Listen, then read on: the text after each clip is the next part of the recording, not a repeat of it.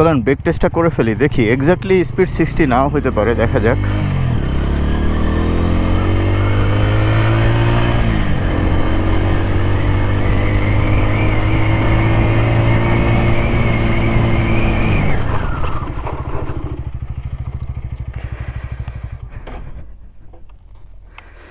এই হচ্ছে টেস্ট, দেখা যাক ডিস্টেন্স কত হয়। একটা টেস্টই করলাম আজকে আর দুইটা টেস্ট করতেছি না।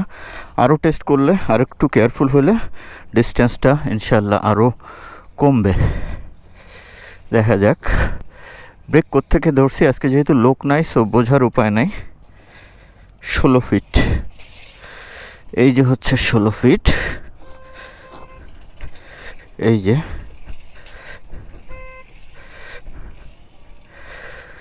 16 32 ফিট। আর হচ্ছে 3 এক্স্যাক্টলি 35 ফিটে দাঁড়াইছে। একটা মাত্র চেক করলাম, 35 ফিটে দাঁড়াইছে। এটা আর একটু চেক করলে আমার মনে হয় 30 ফিটের ভেতরেই চলে আসবে। আর এই কারণেই এটার ব্রেকিংকে আমি বলছি রিলায়েবল এবং নিরাপদ।